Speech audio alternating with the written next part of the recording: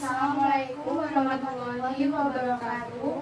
Perkenalkan, kami dari kelas 1 FPG SD. Saya Fauzia Sasa Putri dan saya Windiana Lailatul Putria.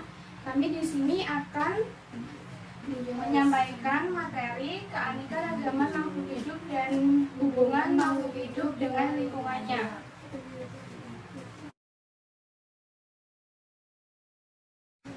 Materi yang pertama yaitu pengertian keanekaragaman hayati.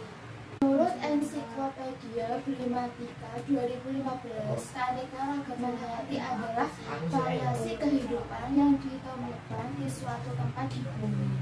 Menurut Sudarsono 2005, keanekaragaman hayati adalah segala bentuk variasi mengenai ketersediaan jenis genetik dan keanekaragaman ekosistem.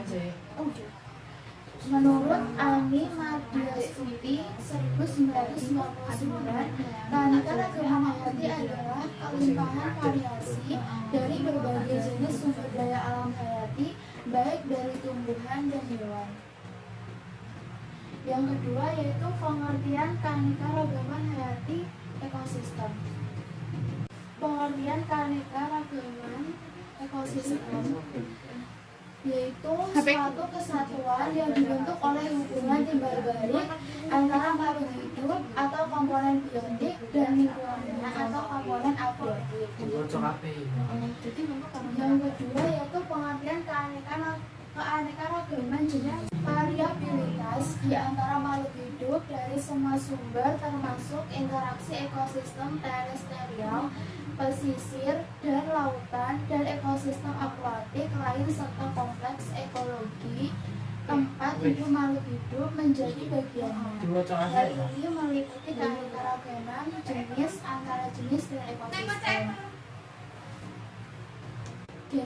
Genetik adalah materi dalam kromosom makhluk hidup yang mengendalikan sifat organisme.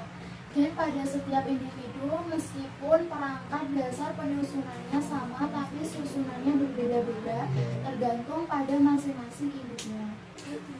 Dan yang kelima, individu dan populasi.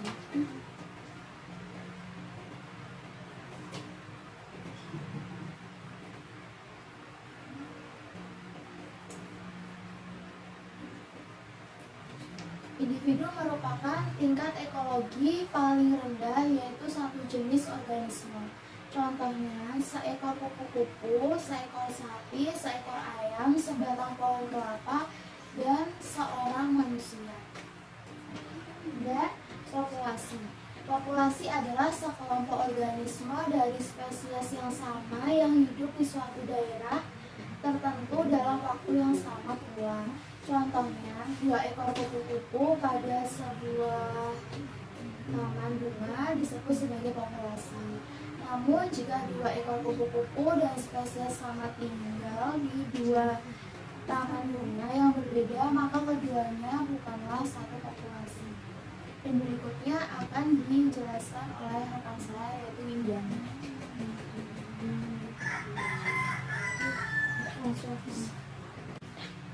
Yang keenam yaitu komunitas dan ekosistem. Komunitas adalah kumpulan dari beberapa populasi spesies yang berbeda. Contohnya, sekumpulan kupu-kupu di taman yang terdiri atas beberapa spesies kupu-kupu yang berbeda. Perlu digarisbawahi yaitu komunitas terdiri dari beberapa spesies. Jika sekumpulan kupu-kupu terdiri dari spesies yang sama, itu dinamakan populasi. Konsep ekosistem. Ekosistem adalah kumpulan dari komunitas makhluk hidup. Dibedakan menjadi 2, yaitu yang pertama ekosistem alami. Ekosistem alami, ekosistem yang terbentuk secara natural atau alami dari proses alam. Contohnya, laut, sungai, hutan, gunung, dan lain-lain.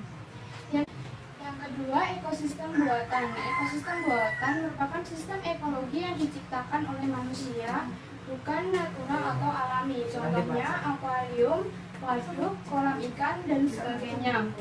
Menurut buku biologi laut, suatu pendekatan ekologi dijelaskan bahwa ada 2 jenis ekosistem yang dibedakan berdasarkan lingkungannya, yaitu yang pertama ekosistem darat. Ekosistem darat merupakan ekosistem yang lingkungan fisiknya berupa daratan. Contoh, hutan hujan tropis, padang rumput, hutan basah, dan sebagainya. Yang kedua, ekosistem perairan. Ekosistem perairan merupakan ekosistem yang lingkungan fisiknya berada di perairan, di mana ekosistem ini dikategorikan menjadi dua, yaitu ekosistem tawar dan ekosistem air laut. Contoh, laut, muara, terumbu karang, pantai, dan hutan bakau. 7. Bioma dan biosfer. Bioma adalah suatu ekosistem besar dengan daerah luas yang terdiri dari flora fauna yang khas. Bioma merupakan sebuah ekosistem yang terbentuk karena perbedaan letak geografis dan astronomis. Pada dasarnya, bioma terdiri dari produsen, konsumen, dan pengurai atau dekomposer yang di dalamnya terjadi siklus yang diawali dari tumbuhan. Ciri-ciri bioma yang pertama, terbentuknya interaksi unsur-unsur lingkungan yaitu air, iklim, dan organisme yang hidup di suatu daerah. Yang kedua, merupakan suatu komunitas klimaks atau kumpulan macam-macam populasi sebagai penanda daerah tersebut. Terdapat bentuk vegetasi utama yang mendominasi. Yang ketiga, komunitas yang terlihat cukup stabil, kecuali di suatu kejadian yang mengganggu dalam kestabilan komunitas. Yang keempat, dapat dikenal dengan melihat dominasi vegetasinya. Dan yang kelima, penanaman bioma yang umumnya didasarkan pada dominasi vegetasinya. Contoh, bioma gurun, bioma padang rumput, bioma sabana, bioma hutan tropis, dan sebagainya. Konsep biosfer. Biosfer adalah lapisan-lapisan lingkungan yang ada di dalam permukaan bumi, wilayah perairan, dan atmosfer yang mendukung kehidupan organisme. Ciri-ciri biosfer. Yang pertama, melakukan sebuah pertukaran zat atau metabolisme, artinya adanya zat yang masuk dan keluar. Yang kedua, tumbuh yang artinya bertambah besar karena pertambahan dalam bentuk dan bergerak. Yang ketiga, melakukan reproduksi atau berkembang biak. Yang keempat, memiliki suatu iritabilitas atau kepekaan terhadap rangsangan dan memberikan reaksi terhadap rangsangan itu. Yang kelima, memiliki kemampuan mengadakan adaptasi terhadap lingkungan rangsangan itu. Contohnya, planet bumi karena satu-satunya tempat yang mendukung unsur kehidupan atau tempat yang bisa ditinggal oleh makhluk hidup adalah bumi. Dan yang terakhir, rantai makanan dan jaring-jaring makanan. Rantai makanan ialah interaksi antara memakan dan dimakan dengan urutan dan tingkat tertentu, dan dalam prosesnya ada perpindahan energi antar jenjang organisme. Komponen dalam rantai makanan seperti produsen, konsumen, dan pengurai. Kemudian jaring-jaring makanan. Jaring-jaring makanan merupakan kumpulan dari berbagai rantai makanan. Artinya, di dalam sebuah ekosistem, rantai makanan yang terjadi tidaklah hanya sekali, namun rantai makanan dapat sering terjadi dengan urutan konsumen yang berbeda. Rantai makanan. Yang pertama yaitu terdapat pada rumput. Rumput merupakan produsen, lalu rumput dimakan oleh belalang dan belalang sebagai konsumen.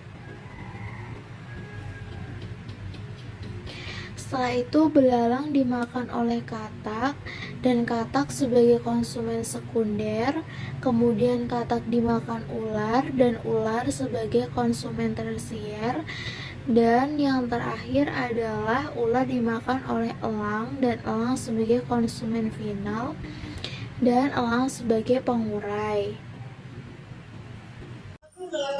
Dapat disimpulkan di sini yaitu produsen yaitu rumput, lalu konsumen primer atau konsumen tingkat 1 yaitu belalang, kemudian konsumen sekunder atau konsumen tingkat 2 yaitu katak, lalu konsumen tersier atau konsumen tingkat 3 yaitu ular, kemudian konsumen final atau konsumen tingkat 4 yaitu elang, lalu elang mati dan menjadi dekomposer atau zat pengurai.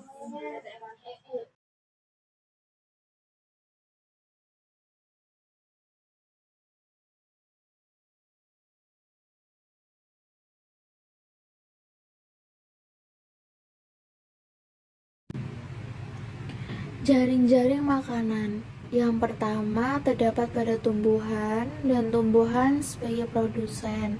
Lalu tumbuhan dimakan oleh kelinci dan kelinci dimakan oleh rubah dan rubah sebagai pengurai.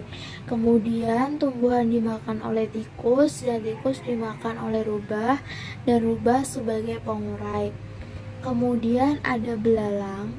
Belalang memakan tumbuhan, lalu belalang dimakan oleh laba-laba dan selanjutnya laba-laba dimakan oleh burung pemakan serangga dan burung pemakan serangga dimakan oleh elang dan elang sebagai pengurai.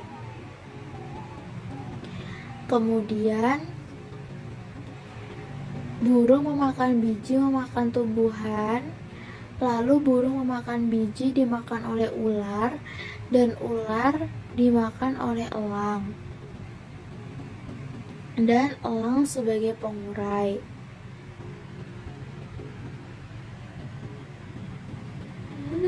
Tingkatan pada jaring-jaring makanan. Yang pertama yaitu tumbuhan sebagai produsen dan belalang, tikus, kelinci sebagai konsumen satu.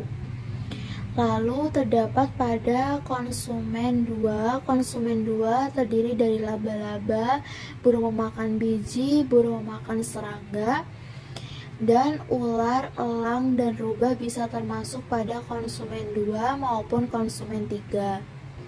Dan sebagai pengurai yaitu ada elang dan rubah.